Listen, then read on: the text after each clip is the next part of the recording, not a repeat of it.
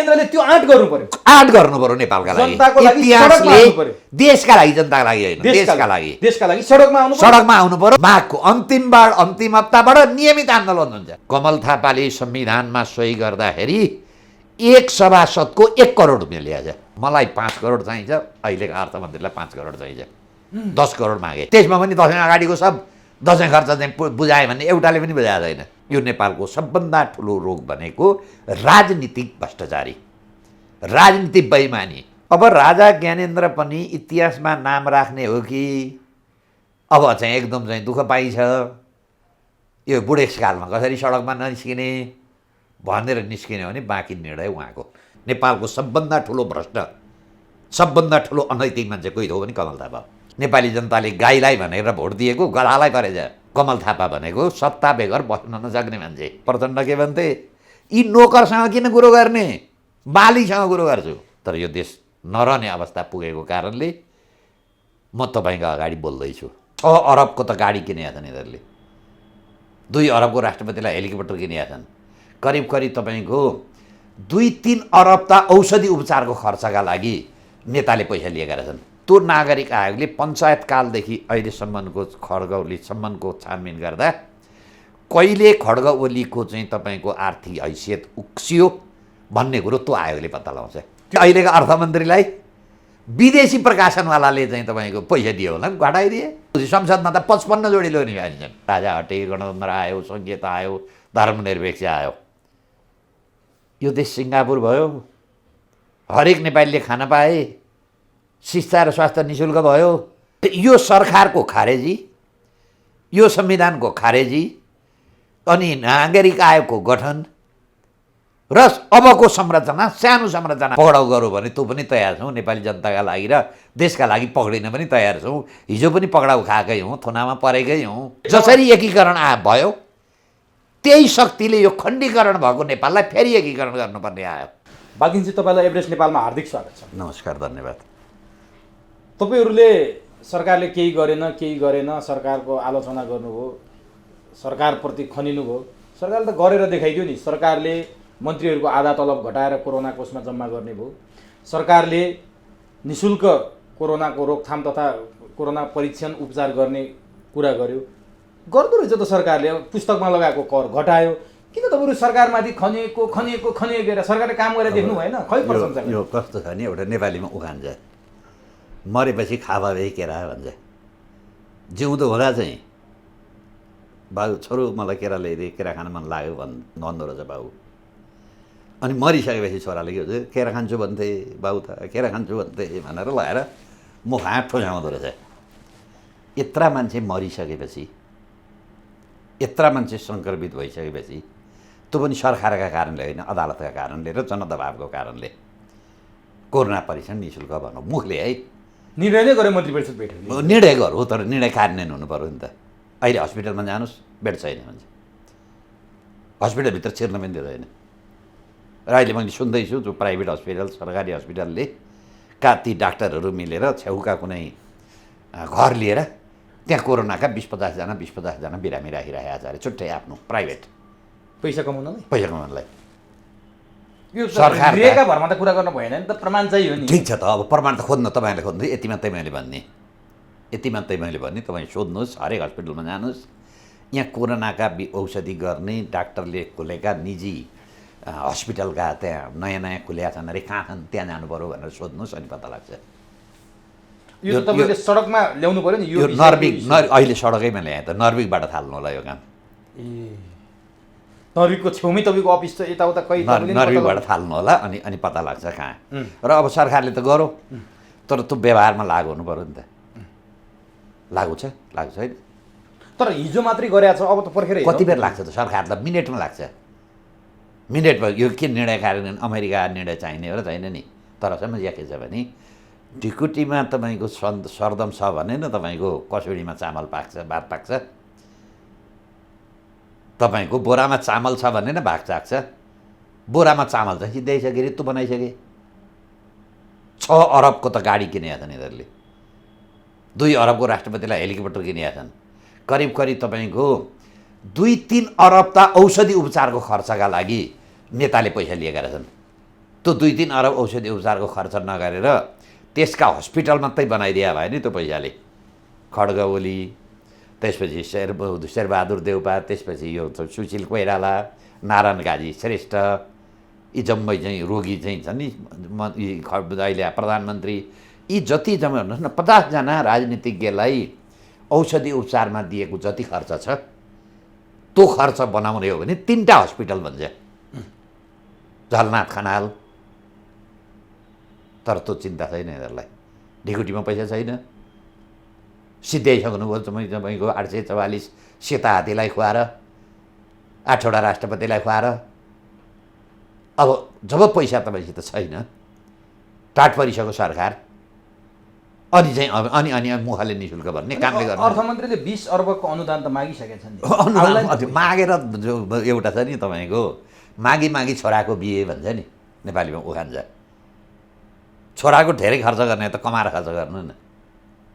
मागेर नेपाली जनता आउँदा सन्ततिलाई ऋण बोकाएर यिनीहरूले चाहिँ अहिले चाहिँ तपाईँको राष्ट्रद्रोह गर्ने कति मात्रै। तपाईँहरू कस्तो अप्ठ्यारो कुरा गर्नु। अप्ठ्यारो कुरा होइन, मैले भन्न खोजेँ जस्तो सरकारले सशुल्क उपचार गर्ने भन्यो, तपाईँहरू डङ्का पिटेर विरोध गर्नु। अहिले पनि गर्नुहोस् न त। ल होइन, ठिक छ। गाउँ अहिले सुन्दैछु म त, गाउँमा तपाईँ घरमा कोरोनाका बिरामी छन्।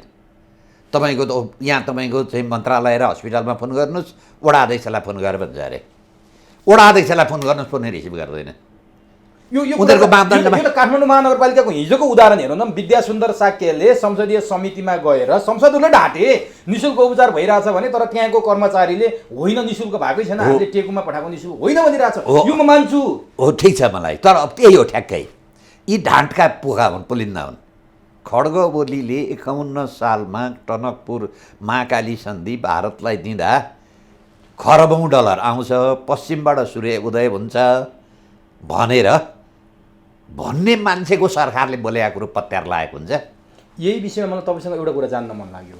जति बेला महाकाली सन्धि भयो त्यो बेला केपी ओलीसँग सँगै पार्टीमा भएका मान्छेले भने है, सिपी मैनालीले मसँग भने यो कतिको आधार र बेसिक कुरा हो, बेसमा कतिको आधारित छ। केपी ओलीको सार्वजनिक जीवन, केपी ओलीको सोसल स्टाटस त्यति बेलासम्म सामान्य थियो। केपी ओली प्लेन चढेर बाहिर जाने अवस्था पनि थिएन। उनीहरूले भने है, सिपी मैनालीले, मैले भने होइन। केपी ओलीको आर्थिक हैसियत एकदमै कमजोर थियो। जब महाकाली सन्धि भयो, केपी ओलीको आर्थिक हैसियत उलट रूपमा परिवर्तन भयो र अहिले केपी ओलीको जुन आर्थिक हैसियत बनेको छ त्यो महाकाली सन्धिको जगमा भयो भने यो कुरा के थियो? अब मैले सुने अनुसार महाकाली सन्धि पास गर्ने बेलामा नेपालका त्यो सन्धिको समर्थन गर्ने नेताहरूले काठमाडौँमा धेरैले घर बनाए। अहिलेका 2टा मन्त्री योगेश भट्टराई र घनश्याम भुषालले 55 सालमा एमाले गरेको 24 राष्ट्रघात नामको किताबमा माधव नेपाल र खड्ग ओलीलाई इन्डियन एम्बेसीबाट 5 करोड रुपियाँ ल्याएर संसद सदस्य र केन्द्रीय सदस्यलाई बाँडे भन्ने अभियोग लिखितमा छ। घनश्याम भुषाल र योगेश भट्टराई, अर्को नारायण ढकाल पनि रहेछन्। अहिले नारायण ढकाल कता गएका छन् थाहा छैन मलाई। लिखित 3 मान्छे अहिले मन्त्री छन्, उनलाई अभियोग लगाउने मान्छे 2टा मन्त्री। त्यो त हामीहरूले यसको जम्मै समस्याको समाधान कहाँबाट निस्किन्छ भने हामीहरूले नेपालका लागि नेपालीले अथवा अब राष्ट्रिय नागरिक आन्दोलन समितिले हामीहरूले नागरिक सरकार भन्यौँ पहिले, त्यसपछि नागरिक आयोग भन्यौँ। त्यो नागरिक आयोगले पञ्चायतकालदेखि अहिलेसम्मको खड्ग ओलीसम्मको छानबिन गर्दा कहिले खड्ग ओलीको चाहिँ तपाईँको आर्थिक हैसियत उक्सियो भन्ने कुरो त्यो आयोगले पत्ता लगाउँछ। त्यो ठिक छ, त्यो विषयमा आउँछु। म यहाँ कहाँनिर जोड्दै थिएँ भने नि, जस्तो सरकारले केही गरेन भनेर तपाईँहरू धारे हात लाउने, सरकार विरुद्ध जनतालाई उत्तेजित बनाउने काममा त हुनुहुन्छ नि आजभोलि। हो, त्यो स्वाभाविक पनि छ, किनभने सरकारले गरेको छैन। तर अब सरकारको हिजोको मन्त्री परिषदको बैठकले गरेका निर्णयको पक्षमा सरकारले राम्रो काम गर्यो भनेर स्याबासी किन दिनु भएन? होइन, म के भन्छु भने मुखले कुराको गरेको कुरा म विश्वास गर्दिनँ। मुखले त अघि मैले भने महाकाली सन्धि पास गरेपछि पश्चिमबाट सूर्य उदय हुन्छ भन्दै, उदय त भएन। कति वर्ष भयो? 51 सालदेखिबाट 26 वर्ष भयो, केही पनि एक थोपो आएन। म निर्णयमा भर गर्दिनँ। यो कुरो कोरोनाका बिरामीका आफन्तले अब चाहिँ निशुल्क बस है सरकारको भनेर यतिखेर किन नि शुल्क गरे? डाक्टर राजीनामा दिएर हिँड्न थाले, हस्पिटलले कहीँ बिरामी लिँदैन, कुनै बेड खाली छैनन्। सरकारले के गरौँ, घर घरमा बस, अब कोरोनाका बिरामी घरबाट बाहिर निस्किन पाउँदैन, हस्पिटल आउनु पऱ्यो भने फेन्ड भएपछि मात्रै आऊ। उही अघि मैले भने नि, मरेपछि खावा भाइ केरा भनेको छ नि, मान्छे चाहिँ मरिसकेपछि अनि ल्याएर केरा ठोजाइदिने, खाऊ भनेर। यो ठ्याक्कै यो घर घरमा कोरोनाका बिरामी राखेका कारणले सङ्क्रमण एकदम मास लेभलमा गयो। त्यो पनि सर्वोच्च आयोगले भनेपछि सरकार कति जाली रहेछ त? संविधानमा लेखेको कुरो मान्दैन, कानुनमा मान्दैन, सर्वोच्चले फैसला गरौँ मान्दैन, फेरि त्यो फैसला उल्टाउन निवेदन हालो। यो त जाली झगडिया हुन्छ नि गाउँको। सरकारले अदालतको फैसला नमानेको त यस्तो उदाहरण हो नि। उहाँहरूले नियुक्ति गरे नि है, फेरि यही सिस्टमले नियुक्ति गरेका, यही सिस्टमले खडा गरेका अदालत तपाईँको जापानमा छ। सरकारले अदालतको निर्णय त माथि उपर फैसला उपर त तपाईँको पुनरावेदनै गर्दैन। उनीहरूको तर्क के रहेछ भने, हामी नै यो सरकारको निर्णय मान्दैनौँ, अदालतको निर्णय मान्दैनौँ भने जनताले कसरी मान्छ? यहाँ त के भने जाली झगडी आएको कुरा भयो। ढिलो ढालो गर्ने सङ्क्रमण व्यापक फैलिसक्यो।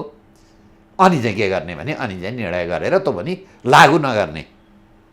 यो त कोरोनाको विषयमा भयो। ल ठिक छ, तपाईँलाई विश्वास छैन। जब सरकारले गर्ला, व्यावहारिक रूपमा देखाएपछि हुन्छ, प्र्याक्टिकल्ली देखेला, प्रयोगत्मक त्यतिखेर भन्नुहोला, त्यति बेला भन्नुहोला। ल, पुस्तकमाथिको कर त हटाए नि अर्थमन्त्री विष्णु पौडेल आएपछि, जो युवराज खतिवडाले लगाए। अब दुईटै कुरो म एकछिन है। युवराज खतिवडा खड्गोबलीका अर्थमन्त्री, यी विष्णु पौडेल पनि खड्गोबलीका अर्थमन्त्री। के हो त यिनीहरूको अडान? के पैसा?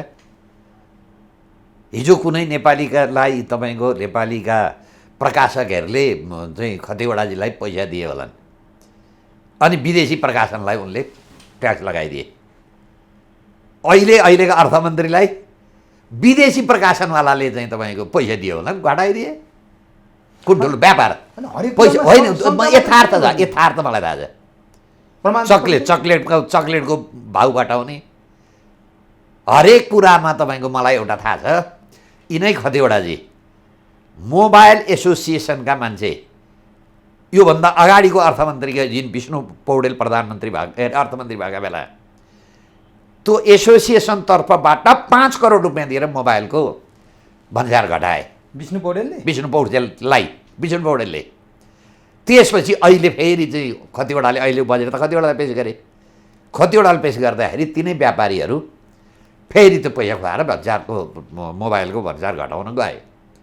जाँदाखेरि यिनै विष्णु पौडेलसँग गए। हिजो त यिनीले घटाएको माल लिएर जाँदाखेरि लु चाहिँ म घटाइदिन्छु, मलाई 5 करोड चाहिन्छ, अहिलेको अर्थमन्त्रीलाई 5 करोड चाहिन्छ, 10 करोड मागे। अनि व्यापारीले के भन्यो भने 10 करोड दिएर हामीलाई नाफा हुँदैन, हामी दिन सक्दैनौँ। यो कस्तो छ भने भन्सार बढाउँदा पनि पैसा खान्छन्, भन्सार घटाउँदा पनि पैसा खान्छन्। तर राष्ट्रिय प्रजातन्त्र पार्टीका अध्यक्ष कमल थापाले सरकारले पुस्तकमा लगाएको कर घटाउँदा बित्तिकै धन्यवाद दिए। त्यति मात्रै होइन, उनले के गरे भने अब सरकारले बिस्तारै जुन इलेक्ट्रिक इक्विपमेन्टहरूमा लगाएको छ, विद्युतीय गाडीमा कर लगाएको छ, त्यो पनि घटाउनुपर्छ, सरकारले राम्रो काम गर्यो भनेर कमल थापा बोलिसके। होइन, कमल थापाले बोल्ने बित्तिकै लालमोहर हो त? कमल थापाले भन्ने बित्तिकै मैले पनि भन्नुपर्छ भन्ने छ र? त्यसको पर्सेन्टेज कमल थापाले खाएको छ कि के ठेगान? उनका मान्छे छन् कि के ठेगान? त्यहिले कमल थापाले भन्ने बित्तिकै जम्मैले गजब भयो भनेर कमल थापाको उदाहरण मलाई नदिनुहोस्। नेपालको सबभन्दा ठुलो भ्रष्ट, सबभन्दा ठुलो अनैतिक मान्छे कोही हो भने कमल थापा। किन?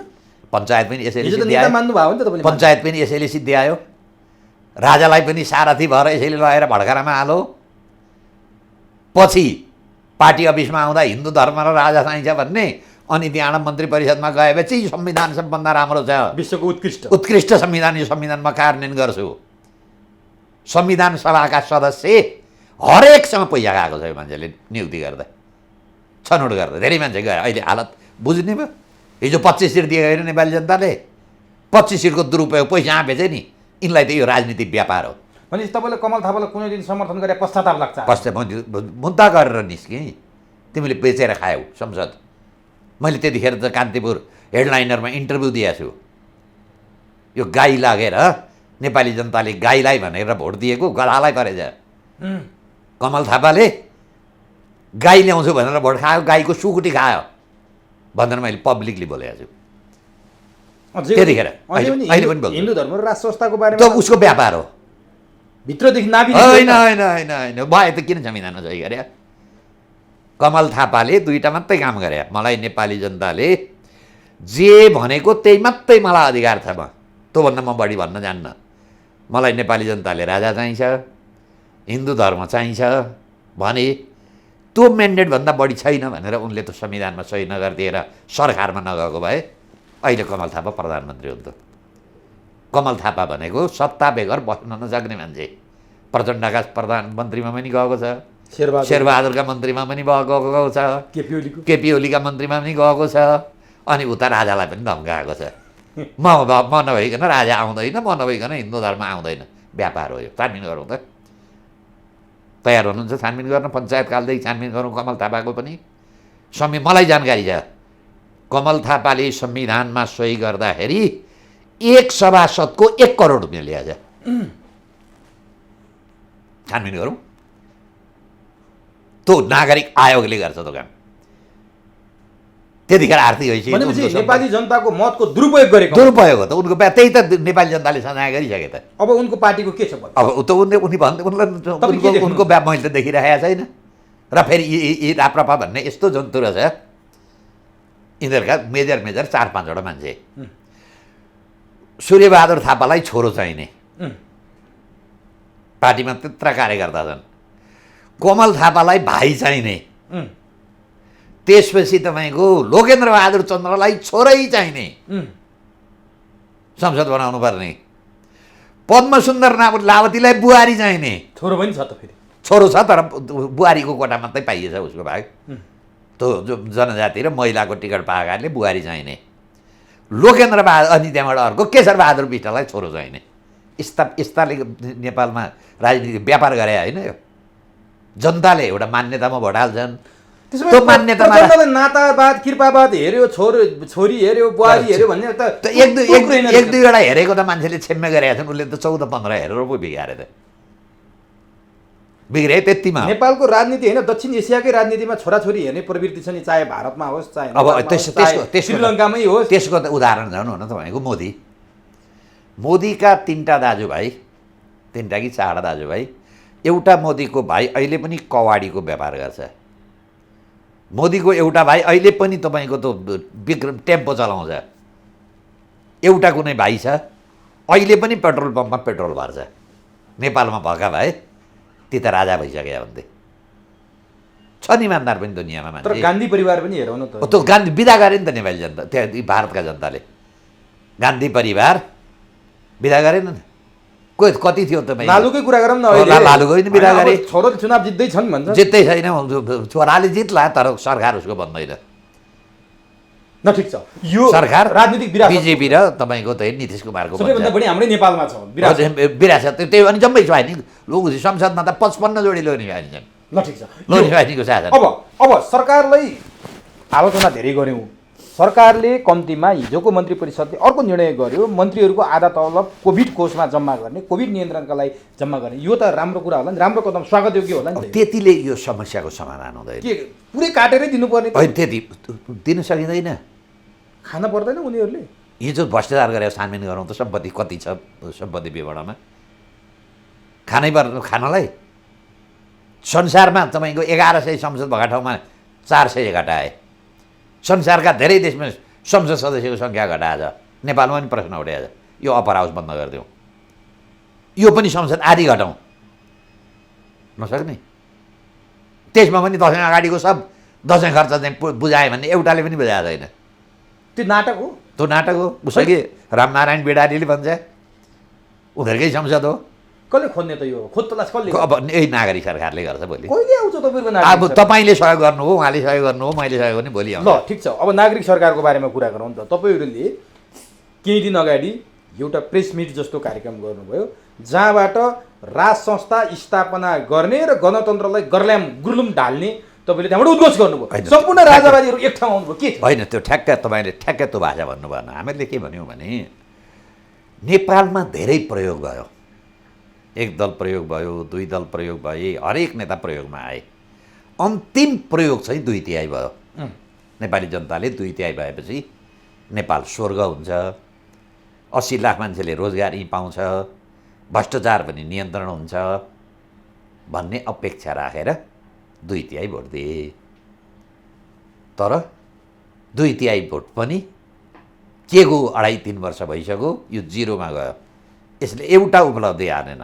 त्यसपछि हामीले के भन्यौँ भने यो नागरिक सरकार असफल हो। अब नागरिक सरकार असफल भएपछि दुईवटा काम हुन्छन्। एउटा काम जनविद्रोहबाट नागरिक सरकार बन्छ, जनताले सडकबाट बनाउँछन्। अर्को देश व्यतीत भयो भने सेनाले कब्जा लिन्छ। त्यो अवस्थामा जान नदेऊ है नेपाली नागरिक। अब यो असफल नागरिक सरकार, यो सिस्टम असफल भइसकेपछि अब कुनै प्रयोग छैनन्। तपाईँ औषधि खाँदा खाँदा खाँदा औषधिले तपाईँको जिउमा भएको रोग घटाउन सकेन भने त्यसपछि कहाँ लानुपर्छ भने अपरेसनमा लानुपर्छ। अब यो व्यवस्था नेपाल अब औषधिले निको भएन, अब अपरेसनमा लानुपर्छ। अपरेसनमा लाने माध्यम के हो त भन्दाखेरि सार्वभौम सत्ता सम्पन्न त नेपाली जनता छन्। आउनु सडकमा, सडकले सरकार बनाऊ। हिजो उहाँले पनि सडकले नै बनाएको, सडकमै संसद खडा गरेको। त्यो सडकले सरकारले अनि के गर्छ भने पहिलो यो देशको पहिलो रोग निको पार्छ। रोग के निको पार्छ भन्दाखेरि यो भ्रष्टाचार सबभन्दा ठुलो रोग हो। यसले दुईवटा हुन्छ रोग। तपाईँ एउटा ठुलो पेट भएको मान्छे र पेटमा बोसो नभएको पातलो खिउटे मान्छे छ नि, त्यो ठुलो बोसो पेटमा भएको मान्छेलाई डाक्टरले अपरेसन गरेर बोसो निकाल्नुपर्छ, अनि त्यो मान्छे स्वस्थ हुन्छ। हामी के भन्छौँ भने त्यो ठुलो मान्छेको पेटको बोसो निकालौँ, त्यो पातलो जसको पेटमा बोसो छैन त्यसको पेटमा हालिदिउँ। त्यो ठुलो पेट भएको मान्छेलाई पनि औषधि हुन्छ, त्यो सानो पेट भएको जसको पेटमा बोसो छैन त्यसलाई पनि औषधि हुन्छ। दुइटै स्वास्थ्य हुन्छन्। यो नेपालको सबभन्दा ठुलो रोग भनेको राजनीतिक भ्रष्टाचारी, राजनीतिक बेइमानी, नीतिगत भ्रष्टाचार हरेक कुरामा। तपाईँ मलाई थाहा छ यिनै अर्थमन्त्री खतिवडाजीले चनाको दाल चाहिँ प्रतिबन्ध गरे, त्यसपछि चकलेटको चाहिँ भन्सार घटाए। अब यो कोरोना लागेपछि नेपाली जनताले त्यो अर्थमन्त्रीको भाषण हेर्दा के देखियो भने अब दाल खान चाहिँ बन्द गर्नु पर्यो, प्रतिबन्ध भनेपछि बन्द गर्नु पर्यो नि। मटर चाहिँ बन्द भयो, मटरको दाल। अनि के चाहिँ खानु पर्यो भने चकलेट चाहिँ खानु पर्यो।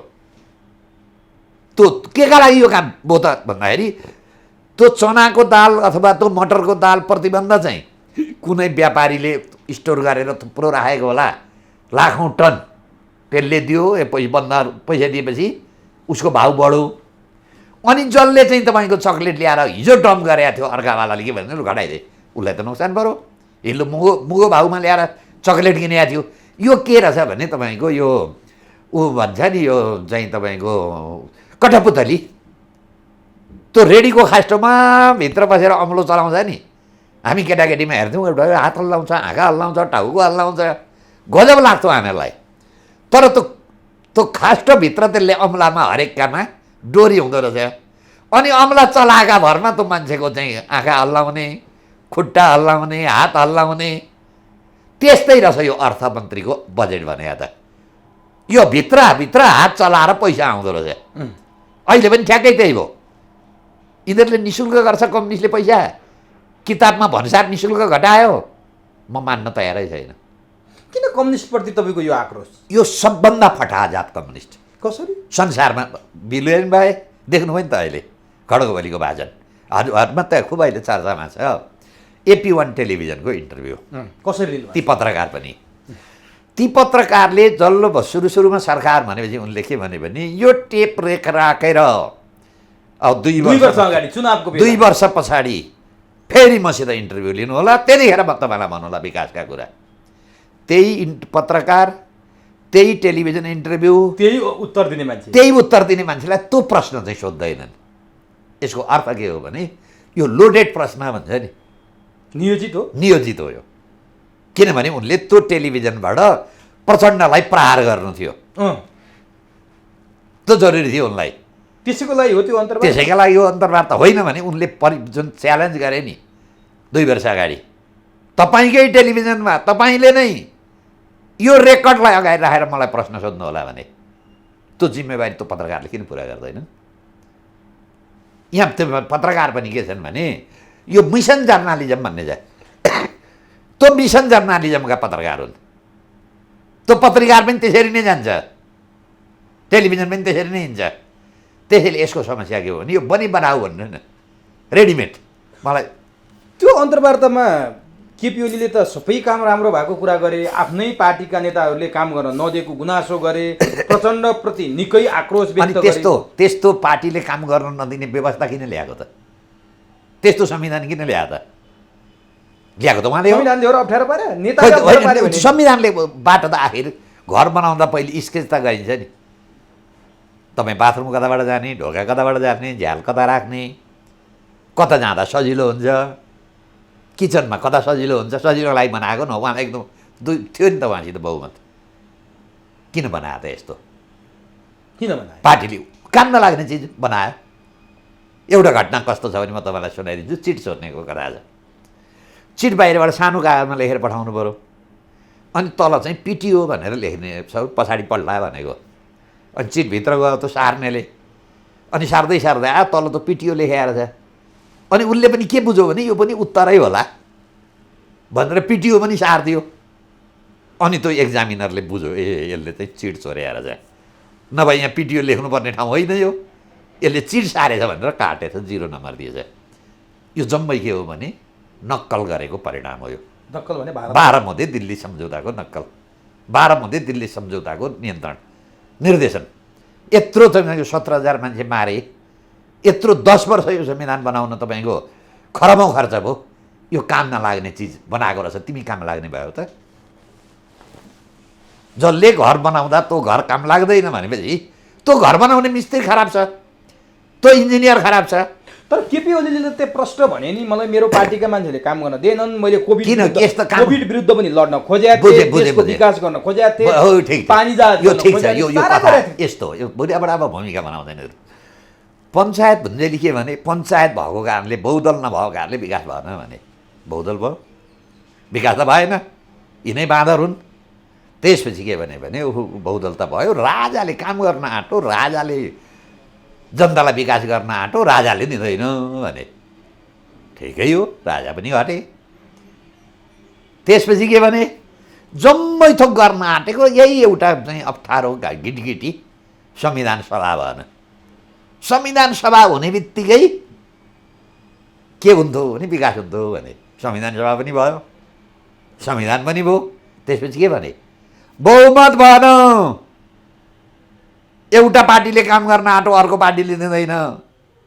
हिजो चाहिँ राजालाई दोष लाउँदै नि ठ्याक्कै दोष अर्को पार्टीले लाउन थाल्यो। अब अहिले 2/3 दिएपछि यसबाट उम्किनु त पर्यो। अनि कसलाई दोष लाउने भन्दा प्रचण्डलाई दोष लाउने। एउटा भाँडो त चाहियो नि। हिजो जसरी पञ्चायतभरि बहुदलभरि राजाको टाउकामा हाले, अनि अर्का पार्टीका टाउकामा हाले, अनि संविधान सभामा हाले। अहिले उम्किने राम्रो बाटो भयो। अब यो 20 वर्षलाई काम लाग्ने भयो।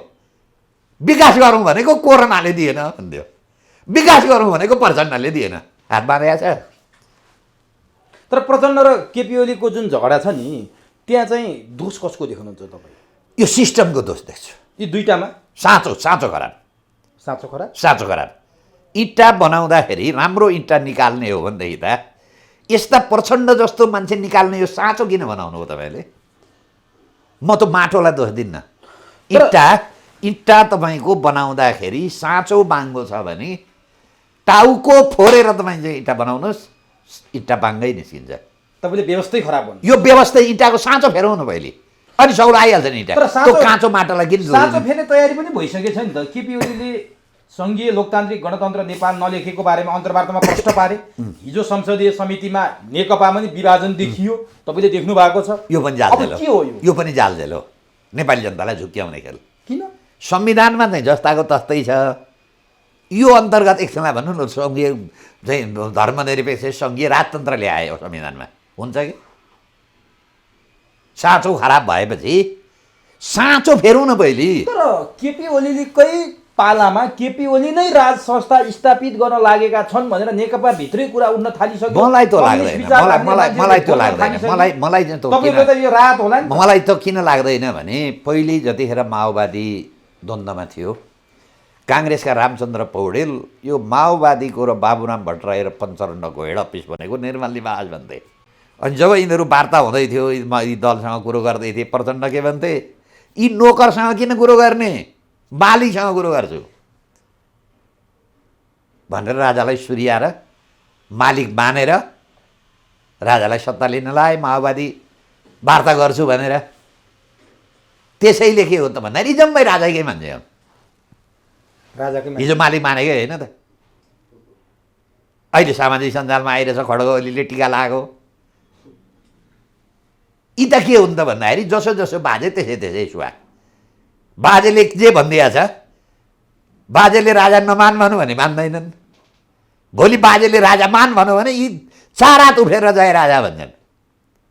तर एउटा कुरा मान्नुपर्छ नि, प्रधानमन्त्रीका अत्यन्तै विश्वासपात्र मानिने गोकुल बासकोटाले सङ्घीयता त मान्नेको मात्रै यो आन्दोलन गरे हुनाले, तर मनैदेखि त कहाँ हो र भने यो त प्रधानमन्त्री ओलीको बोली होला नि। यिनीहरू त सङ्घीयता विरोधी, केपी ओलीलाई त्यहीँ भित्र पनि सङ्घीयता विरोधी, गणतन्त्र विरोधी भनिन्छ नि। यो त राजनेता भनेको के हो भने अरूले डोर्याएर डोरिन्छ भने त्यो राजनेता होइन।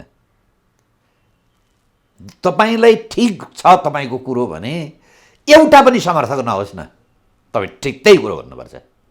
जसो जसो बाजे त्यसै त्यसै सुहा।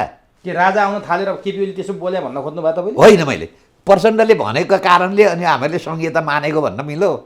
त्यस्ता नक्कली मान्छेले देश चलाउँछन्। तर यी त अर्काका एजेन्ट रहेछन् नि त। सङ्घीयता हटाउँदाखेरि प्रचण्ड किन बोल्दैन त? चु गरेर बोल्दैन त? उनलाई यससित केही लिनु दिनु नै छैन नि। उनलाई पद चाहियो, पैसा चाहियो, आफ्ना मान्छे चाहियो। अनि यही विषयमा प्रधानमन्त्री केपी ओलीले त आमालाई बच्चाको माया हुन्छ, आमाको हो भनेर प्रचण्डलाई त इङ्गित गरे। आमा त 12 मध्ये दिल्ली सम्झौता हो, सिधै छ। यिनीहरू जम्मैको आमा केपी ओलीको आमाको 12 मध्ये दिल्ली सम्झौता, यो व्यवस्थाको आमा त्यहीँबाट जन्मेर आयो नि। पालन पोषण त दिल्लीले नै गऱ्यो नि। जनरल बक्सीले भनिसके नि, हामीले पालन पोषण गऱ्यौँ, हुर्कायौँ, यहाँबाट लगाएर सत्तामा राख्यौँ। त्यही मालिकको इच्छा हो। तर तपाईँले एउटा कुरा भनिदिनुपर्छ, तपाईँ राज संस्था पुनर्स्थापित हुनुपर्छ भनेर तपाईँहरू बोलिरहनु भएको छ। तपाईँहरूको अस्तिको प्रेस मिटमा पनि यही थियो। त्यहाँ पूर्व राजावादी भनिएकाहरू सबै एक ठाउँमा आउनुभयो हो। अझै सबै आइसकेपछि ल्याउने क्रम जारी छ। तर अबको राजा संसद अन्तर्गतको हुन्छ, मैले यहाँनिर जानु पञ्चायतकाल अन्तर्गत छैन। र फेरि यसैमा जोड्छु म एकैछिन, हिजो बिदा गरेका राजा बेलायतीले 10-12 वर्षपछि ल्याए। त्यस्तै घटना जापानमा पनि भएको रहेछ, त्यस्तै घटना जर्मनीमा पनि रहेछ। बिदा गरिसकेका राजा फेरि यो देश रहँदैन है, राजा नभइकन। सिक्किममा राजा बिदा नगरे भए देश जाँदैन थियो। अफगानिस्तानमा राजा नहटाएका भए अहिले 200-400 अफगानीले मर्नु पर्दैन त दैनिक। राजा हटाएर फाइदा भयो? एकछिनलाई मानौँ, राजा हटे, गणतन्त्र आयो, सङ्घीयता आयो, धर्मनिरपेक्ष आयो, यो देश सिङ्गापुर भयो। हरेक नेपालीले खान पाए, शिक्षा र स्वास्थ्य निःशुल्क भयो। भएको भए हामी नै जय भनिहाल्छौँ नि, किन चाहियो राजा? तर अब देशका लागि राजा चाहियो। यी त लेन्डुप दोर्जे होला भाइ। कुनै पनि दिन तपाईँ बेलुका सुत्नु भएको छ, बिहान उठ्दाखेरि यो देश सिक्किम भइसकेको हुन्छ। अनि के भन्छन् यिनीहरू? ए थाहै भएन, ए सिक्किम भइसकेछ, ए गल्ती भयो, सिद्धियो। अनि मुख्यमन्त्री चुनाव लड्न थाल्छन्।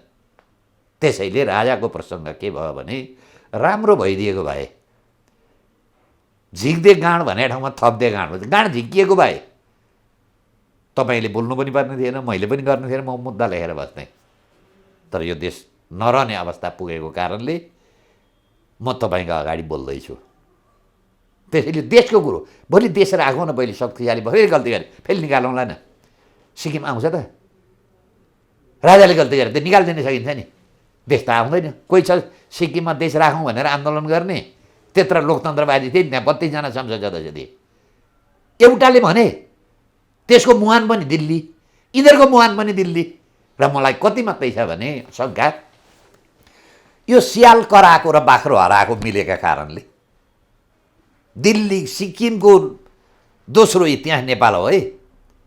ल्याम्डो दोर्जेलाई पनि सिक्किमले एकदम चाहिँ लाली पाउडर लाएर पठाइदियो।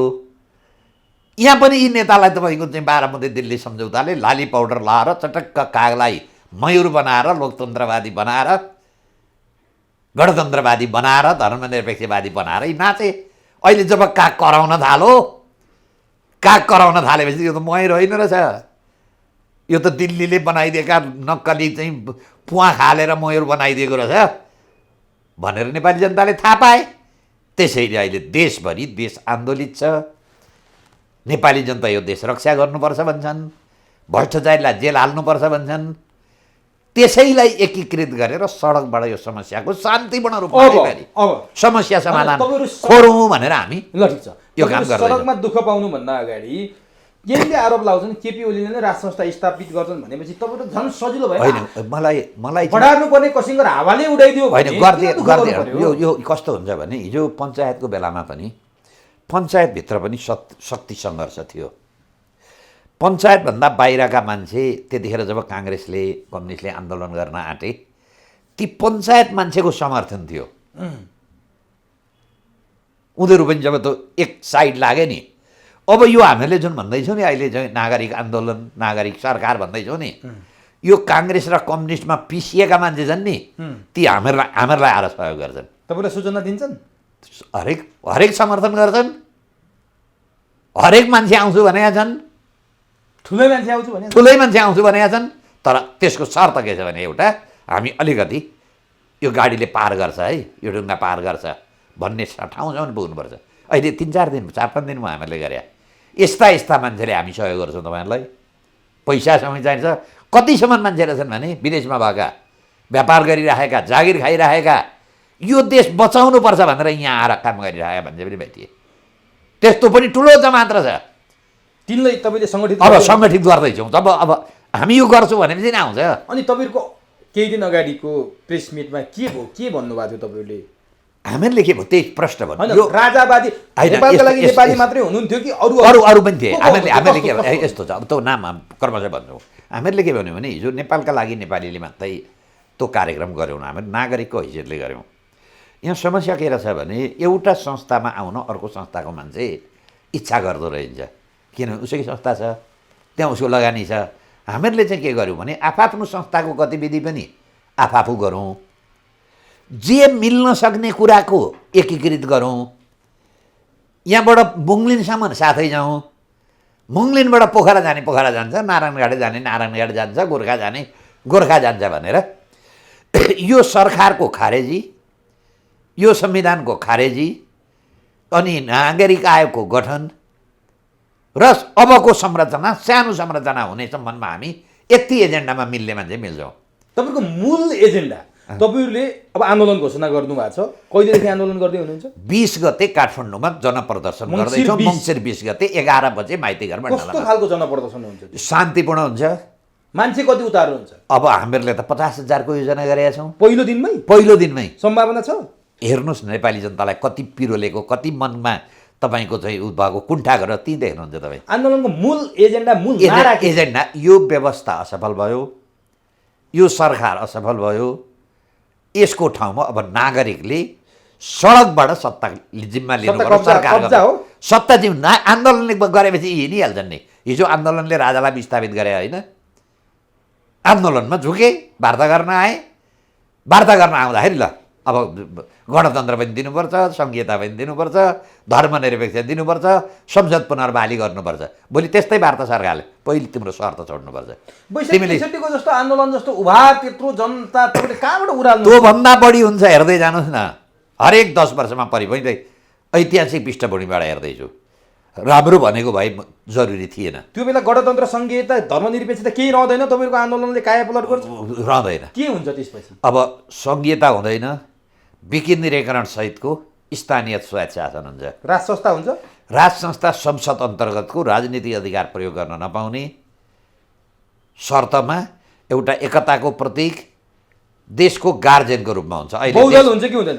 बहुदल हुन्छ बकायदा साथ बहुदलीय अनि प्रतिस्पर्धा यी हुन्छ। पार्टीहरूका नेताहरू कहाँ हुन्छन् यी त्यति चाहिँ अब भ्रष्टाचार गर्ने जति जेल हुन्छ, भ्रष्टाचार नगर्ने जति चाहिँ त्यो नागरिक आयोगले यो मान्छे चाहिँ इमान्दार रहेछ है भनेर सर्टिफिकेट दिन्छ। सम्पत्ति एकचोटि छानबिन गर्छ। यो कस्तो यो सपनामा छौँ कि विपनाको कुरा गर्दैछौ तपाईँ र म? अब हेरौँ, यिनले कोरियामा 3टा परराष्ट्रपति थुनामा छन्, मलेसियामा योभन्दा अगाडिको प्रधानमन्त्री थुनामा छ। नेपाली जनताले पनि त्यो अपेक्षा गर्दैछन्। यहाँका भ्रष्ट चाहिँ जेल परेको हेर्न नेपाली जनता चाहन्छन्। मङ्सिर 20 गते एक दिनका लागि 50,000 मान्छे तपाईँले उतार्ने हो कि फेरि त्यसपछि होइन, क्रमबद्ध श्रृङ्खलाबद्ध श्रृङ्खला छ। मङ्सिर 20 गते त्यो 50,000 मान्छेको सभाबाट हामी माघको अन्तिमबाट नियमित आन्दोलन भनेर घोषणा गर्छौँ। एजेन्डा पनि त्यहाँ घोषणा गर्छौँ। धरपकड चल्ला, सरकारले पक्राउ गर्ला, गरौँ त ठिकै छ, निषेधित क्षेत्र घोषणा ठिक छ, गर्ला। गरोस्। अब तानाशाही गर्छ त जनताले भेट्छन्, जनताले गर्छन्। पक्राउ गरौँ भने त्यो पनि तयार छौँ नेपाली जनताका लागि र देशका लागि पक्रिन पनि तयार छौँ। हिजो पनि पक्राउ खाएकै हौँ, थुनामा परेकै हौँ, त्यसलाई ठुलो कुरो भएन। आधा उमेर बितिसक्यो बालकृष्णजी, अब किन आन्दोलन तपाईँ होइन, यस्तो हिजो गर्दै हुनुहुन्छ? 86 वर्षमा गिरिजा प्रसाद कोइरालाले देश डुबाएर गयो। 86 वर्षमा प्रधानमन्त्री भयो, तर राम्रोका लागि नेपाली जनताले दिए, डुबाएर गयो। म त अझै 86 पुग्नलाई धेरै वर्ष बाँकी छ। म अहिले 60-62मा छु। नेतृत्व तपाईँकै हो? अब साथीहरूले भने म त्यसलाई इन्कार गर्दिनँ। अब हामी तय गर्छौँ, आजभोलिमा यो तय हुँदैछ। पार्टी नै बनेर जान्छ? पार्टी जाँदै होइन। पार्टी चाहिँ हामीले कसरी सल्लाह गऱ्यौँ भने, पार्टी भनेपछि फेरि मान्छेसित नेगेटिभ धारणा रहेछ। पार्टी भनेको यही भ्रष्टाचार गर्ने, यही जनतालाई भोट किन्न जाने, अनि त्यही भोटबाट पैसा गर्ने र अनि चाहिँ भ्रष्टाचार गर्ने, कमाउने, जनतालाई खुवाउने। पार्टीप्रति धारणा एकदम खराब रहेछ। त्यो एउटा पार्टीमा अर्को पार्टीको मान्छे आउन पनि अप्ठ्यारो रहेछ। फेरि आफ्ना विचार छन्। त्यसैले एउटा राष्ट्रिय नागरिक आन्दोलन भनेर जम्मैलाई स्वीकार्य नाम राख्ने, त्यो आन्दोलनमा छातामा जम्मै सामेल हुने, जब यो सरकार विस्थापित नहुन्जेली र नागरिक आयोग नबनुन्जेली साथैमा बस्ने, यो समस्या समाधान भएपछि अनि चुनावका बेलामा चाहिँ राजा चाहिन्छ भन्ने राजा चाहिने पार्टी खोलेर जान्छ। होइन, यो त प्रत्यक्ष निर्वाचित राष्ट्रपति चाहिन्छ भन्ने प्रत्यक्ष निर्वाचित राष्ट्रपति चाहियो भनेर हिँड्छ। अनि प्रत्यक्ष निर्वाचित प्रधानमन्त्री हुने मान्छे प्रत्यक्ष निर्वाचित कार्यगत एकता जस्तो यो होइन, कार्यगत एकता निश्चित समयका लागि। पूर्व राजा ज्ञानेन्द्रको भनाइ के छ तपाईँहरूप्रति? अब यो यस सम्बन्धमा उहाँसित कुरो भएको छैन। आन्दोलनमा उहाँलाई अगाडि ल्याएर आन्दोलन थाल्नु न, जनता त्यसै आइहाल्छ नि। त्यो प्रयास त्यो त उहाँले निर्णय गर्ने हो नि त। तपाईँको प्रयास भएको छ कि छैन? अब यसै माध्यमबाट उहाँले जानकारी भयो। अब अर्को चाहिँ एउटा यथार्थ के हो भने, पृथ्वीनारायण शाह ज्यानको बाजी लगाएर बन्दुक बोकेर यो नेपाल एकीकरण गरे। अहिले नेपालमा पृथ्वीनारायण शाह भनेर नेपाली जनताले अहिले पनि नाम लिन्छन्। त्यसपछिका कति राजा आए, कति गए, अलिअलि सम्झिन्छन् महेन्द्रलाई। अब राजा ज्ञानेन्द्र पनि इतिहासमा नाम राख्ने हो कि अब चाहिँ एकदम चाहिँ दुःख पाइन्छ, यो बुढेसकालमा कसरी सडकमा ननिस्किने भनेर निस्किने हो भने बाँकी निर्णय उहाँको। नेपाली जनताको चाहिँ यो फेरि गजबको देश रहेछ यो। राजा, जनता र सेना भएर आर्जन गरेको देश। विशेनगरजी, पृथ्वीनारायण शाहले बनाएको सेना। विशेनगरजीको पनि यो देशको एकीकरणमा ठुलो भूमिका छ। अब नेपाली जनताको इच्छा चाहिँ के छ भने, जसरी राजा, सेना र जनता भएर यो देश एकीकरण गरे, अब यो देशको रक्षा गर्ने जिम्मा पनि यिनै 3टा शक्तिको हुन्छ है। ज्ञानेन्द्र, राजा, जनता र सेना। जसरी एकीकरण भयो, त्यही शक्तिले यो खण्डीकरण भएको नेपाललाई फेरि एकीकरण गर्नुपर्ने आयो। अहिले खण्डीकरण छ नेपाल। त्यो सम्भावना कति छ? कति देख्नुहुन्छ त्यो सम्भावना? यो देशको भविष्य छ भने त यो सम्भावना छ। त्यो तर्फबाट तपाईँहरूले बहस सुरु गर्नुभएको, छलफल सुरु बकाइदा गरेका छौँ। त्यो यो तपाईँसित यही कुरो भन्दैछु। यही कुरो अब सर्वसाधारण जनतामा जान्छ। पृथ्वीनारायण शाहले माया गरेर म त राजाको छोरो, बन्दुक बोकेर जङ्गल जङ्गल हिँडे, सेनासँग अगाडि हिँडे भने भए अहिले दुनियाँले पृथ्वीनारायण शाह भन्दैन थियो नि। भनेपछि ज्ञानेन्द्रले त्यो आँट गर्नु पर्यो। आँट गर्नु पर्यो नेपालका लागि, इतिहासले, देशका लागि, जनताका लागि होइन, देशका लागि सडकमा आउनु पर्यो र पृथ्वीनारायण त्यसपछि मात्रै नेपाली जनताले राजा ज्ञानेन्द्रलाई सम्झ्यो यस्तो राजा देश र जनताका लागि लडेर हिँड्यो। त्यो सडकमा आउने राजालाई नेता मान्न तपाईँहरू तयार हुनुहुन्छ? जम्मै जनताले मान्छन् नि। हिजो पृथ्वीनारायण शाहलाई नेता मानेर एकीकरण गरे भने अबको आन्दोलन यो खण्डीकरण त्यो त उहाँले मन्जुर गर्नु पर्यो नि त। अबको आन्दोलनको नेता ज्ञानेन्द्र शाह हुन सक्नुहुन्छ? अब त्यो उहाँले मान्नुभयो, त्यो बुझ्नुभयो, पृथ्वीनारायण शाहको कुरो सम्झिनुभयो उहाँले भने हामी बाध्य गर्न त सक्छौँ न। होइन भने तपाईँहरू सडकमा हामी हामी हाम्रो देश हाम्रो जिम्मा छ नि देशमा त। उहाँको जिम्मा देशको कति उहाँले लिने, तपाईँको देशको जिम्मा कति तपाईँले लिने, जम्मैले त एउटैको जिम्मा लिन सक्दैन नि। हामीहरूले कति जिम्मा लिने मै भन्नुहोस् न। मैले यो देशमा गिरिजाले महाकाली बेत्ता मुद्दा गरेँ। 46 सालदेखि हरेकचोटि नागरिकता भेट्दा देश विखण्डन हुन्छ, सिक्किमीकरण हुन्छ, फिजीकरण हुन्छ, देश समाप्त हुने भने हरेकचोटि त मेरो मनमा पोलो नि त। 1000 वकिल थिए नि त नेपालमा, कोही वकिल आए त मुद्दा गर्न? यत्रा ठुल्ठुला राष्ट्रवादी कम्युनिस्ट पार्टीका कार्यकर्ता थिए, नेता थिए, ती कोही मुद्दा गर्न आएन नि। अरूलाई पोलेन, मलाई पोलो। अब यो कुराले ज्ञानेन्द्र राजालाई कतिको पोल्छ उहाँको कुरो हो। तर इतिहास राख्ने भने इतिहास बनाउने भनेको अरूले बनाउने नि आफैले बनाउने हो। भनेपछि मङ्सिर 20 गतेपछि आन्दोलनको आधी बेरी अब यसको कसरी हुन्छ भन्दाखेरि मङ्सिर 20 गतेबाट हामीले अहिले पनि आन्दोलन भनेर घोषणा गरिदिन सक्थ्यौँ, तर दुनियाँले पत्याउँदैन। जब 20,000 अथवा 50,000 मान्छेको जुलुसमा हामी गएपछि दुनियाँले यिनीहरूले त परिवर्तन गर्ने रहेछन्, यो देश भनेको ओला ओलाको देश हो, आयो। त्यसबाट हामी के भन्छौँ भने माघको अन्तिम हप्ताबाट नियमित आन्दोलन हुन्छ। त्यस बिचमा 1-2 ठाउँमा सायद अहिले हामीहरूलाई अनुरोध के आएको छ भने पुसको अन्तिम बिचमा हामी पोखरामा एउटा ठुलो जुलुस गर्छौँ, आमसभा गर्छौँ, पोखरामा आइदिनु होला भन्ने हामीहरूलाई अनुरोध आएको छ। यो 20 गते पछाडि तय गर्छौँ हामी, मङ्सिर 20 गते पछाडि। त्यसपछि हामीहरूलाई चितवनमा अनुरोध आइरहेको छ। त्यसपछि देशव्यापी नै आउँछ। त्यसपछि देशव्यापीमा आउला। अहिले हामी चाहिँ अहिले 2-4 दिनभित्रमा यति जोडी मान्छेको सरोकार आइरहेको छ अहिले। त्यसैले त्यसमा के हो भने हामी उत्साहित छौँ। यो देशको भविष्य सिक्किमको जस्तो हुँदैन है। यो देशको भविष्य बिग्रो 10-20 वर्ष हाम्रो खेर गए, तर अब खेर जाँदैन भन्ने हामीहरूले के भने आशा गरेका छौँ। हस् बालगिन्जी, समय दिनुभयो, अत्यन्त महत्त्वपूर्ण र सान्दर्भिक विचार राखिदिनु भयो, यसको लागि तपाईँलाई हार्दिक धन्यवाद। तपाईँलाई पनि धन्यवाद।